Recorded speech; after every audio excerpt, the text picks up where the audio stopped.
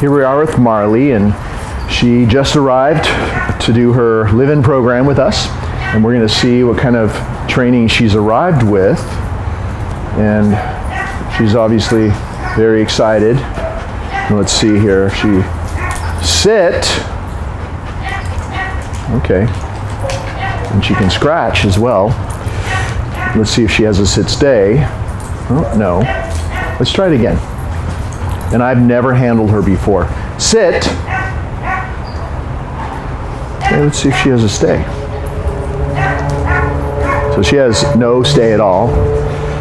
Let's see if she has down. We never repeat a command, of course. Let's see if I say it a second time, she does it. Down. No, she doesn't know what down means. And let's see if she knows what come. Can you still see her? You still see her? Let's see if she'll come. And she doesn't know what come means. And I'm quite certain she pulls on the leash as well. She has a harness on, which means that she's been attached to a harness, and usually a harness creates pulling because dogs obviously pull from their chest. And we're not going to be using the harness, we'll be using just the regular leash for the training. So we'll see where she's at in a few weeks when we're done. You're going to look what she's doing with the leash. She's going to play with the leash. So the way that you stop something like this is come. Call her to come with you. You're always changing the subject. You're not going to take it away from her. You're not going to struggle with her. If you want to lick this problem with grabbing the leash, okay, sit. Have her do training. And see, she still was going to grab it, so I did a circle and stepped into her and resat her. And now she sort of forgot about it and is doing it my way. You could also do down, because now, of course, she has a great down stay without the mat. And just do some training. Whenever she's acting inappropriately, doing something obnoxious, grabbing the leash, chewing on something, call her out of that behavior and have her work for you. Now we're going to release her. Her one last remaining little problem is sometimes before you release her, you walk back next to her out of a downstay, she pops up, and she's not this time. Okay, but she needs to wait until you say okay. She gets up, you have her sit, and then you release her like this. Go. And then that, doing a little training to ward off the bad habits and the overstimulated behavior where she runs amok in your house. Doing the training is the way to combat that and make that over time go away. Corrections, chasing her around, saying her name, trying to grab her, it's just going to perpetuate the problem and it'll never go away. So always change the subject. Okay.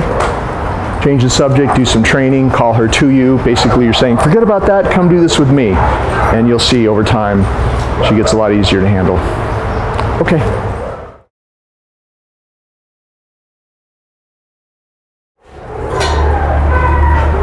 We have some visitors. I want to show you how Marley is with some visitors that are coming towards us. And she's very excited, and see they're approaching. Come! And in general, I would say if you're going to do this greeting routine, you tell your people, your friends, your family where to stand. You always approach the people that you're having her greet, because the dog stays much calmer if they're already standing and you approach them. In this case, I had this happen because it would make it, you would be able to see how she is when people are walking towards us. And she knows these guys and she likes them a lot, so she's extra excited. So you saw what I did. She may have jumped on one of them, but I called her to come and she responded right away. Okay. Sit. So this is the way you do the greeting routine. You either call her to come, and she's got this nervous problem where whenever you have her sit and she's stressed out and she's trying hard to focus, she has this itch that only pops up then. So you saw how I had her sit. I stepped away from her. I handed them the little treats they're going to give her. See how excited she is? She's panting as if she's hot, but it's not a hot day. She's just super excited. And I'm going to send her over. Go say hi. They're going to get down there, both of them with their treats, and pet her. I'm going to say, come. And she didn't jump on them. Good. But that's because we practiced so many times here. Sit, where she doesn't jump. See how every time we have her sit, she'll do that, and only that time. So it's obviously a nervous kind of bad habit she has. But we've been practicing this for quite a while, and even throwing in sit stays to make it a little bit tougher for her, which in turn makes her training better, of course. If she can stay in a sit stay before she's allowed to go over and get a treat, go say hi and see people she likes. See how there's no jumping? If there is, come. And you haven't instructed them to, no, do that, which is what you want to do. If you push her down, or you touch her, or you knee her, or anything like that, or you talk to her, you'll make it worse, because that's attention for doing that. So if she does jump on somebody, no. It's like that, step away, your hands go away. She's going to give up on you and start jumping on the next person. That person does the same thing, and then she'll stop, and then good. Your hands come down and pet her. So if she does that, guys, do that, okay?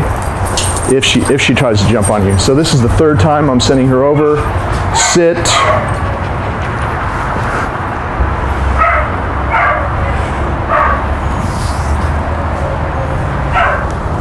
Go say hi. Treats, petting. I'm going to let her stay over there for a minute to see if she does try to jump on them, and then show you what we can do to make that stop if she does.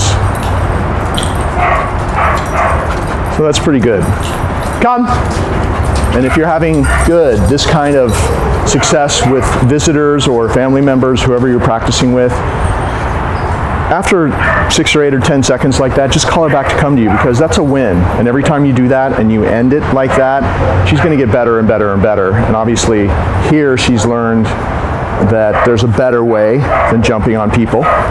And we just have to continue the practicing. You have to continue the practicing at home after I'm off the scene, so that she's doing with you as she's doing here with us. Okay. Okay. And now I just want to show you how, step by step, I've been practicing the come command, because you're going to have to keep doing this for a while if you want to have what I have. She knows how to do it well, but now she needs to practice with you for a while, and you and your family to do it as well with you as she does it here with me. So the way that I do it, if I'm going to practice the come command, unless it's an emergency, you're always going to practice with a leash, because with a leash, it's a way to gently but firmly reinforce her come command every time that you say it the first time. And of course, we're never repeating any commands, because the pattern will be, whether it's sit down or come, she hears it once and she ends up doing it because of the way we're training her, and that's how we have that recall or anything else the first time we say it later. So you're never repeating anything. And when you're practicing with the leash, of course, left hand leash, put it over your wrist. That way you have this hand free, and she can never get away, of course. It's on your wrist. It's impossible. And I mean, at least you can't drop it, and you don't have to do any of this or any of that, because you can't do training with the leash wrapped up. And if you're going to practice calling her to come to you, you want to always practice calling her away from something. So even if she's just hanging out around you, if she looks that way, that's your cue to call her back, because the whole pattern is she hears the command, she's not looking at you, she's looking at something else or moving towards something else, and she whips around and comes running back to you no matter what. So when you're practicing, don't call her when she's staring at you, because that's less likely to be something you need, where she's staring right at you and you have to call her to come. So always wait till she's distracted by something, and then you can call her away from that. Another thing is that when you say the command, and I'm going to create a distraction, come, back away. Good. Because when you back away, draws the dog to you, to run to you, to rush to you. That's part of the pattern. The next 500 times that you do this, which you could easily do in a month, or even probably 2 or 3 weeks, all she knows is that she runs to you because of the way you're practicing it. You have this target where you're going to have a treat in it. It's a closed hand, because she'll come to it now over and over again. Come. She doesn't know this is empty. Good. So I say good and pet her. It's an empty hand. She'll come over and over and over again. Or in an emergency, she doesn't know it's empty. You know, let's hope this never happens, but she gets loose in the front yard. She runs out in the street. If you practice this way, it's very likely that with no leash, she's 20 feet away, just using this target. Even today, as good as she is now, she's going to come running to you, and that gets better as you practice. So it's always right hand target, left hand leash. You got your reward. Come. It's just like this. Good. And see how my left hand is free because the loop's over the wrist, grabs the leash, and then you have her. You can step into her, you can have her sit, you can walk around, take her somewhere else. So if you just practice this way every time, it becomes very easy for you to just do this like second nature. It's the leash is going to, when she's coming to you, go. Come. The leash is on your left side. Good, because this little training collar always comes up by her right ear. So it's going to be on your left, so it's really easy to grab it like that and handle her in any way that you want to handle her. Okay.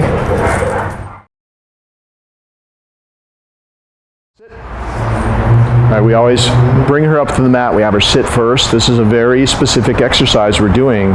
Remember, this is not a doggy bed. We're only going to do one thing on this. She just tried to get a fly. We're going to do one thing on this specific piece of fabric. We call her training mat. Okay, sit. All right. And that is a solid downstay. So we walk her up to it, we have her sit. She waits until I pat her chest and I say, go to your mat. I walk over with her and I say, down. And we do this every day, so she knows exactly how to do it. So your job is to try to do it as well as I'm doing it here, because if you're doing my moves, good, then she'll be doing her moves. So, because really my actions trigger this behavior. If you do the things that you used to do, you'll trigger the things she used to do.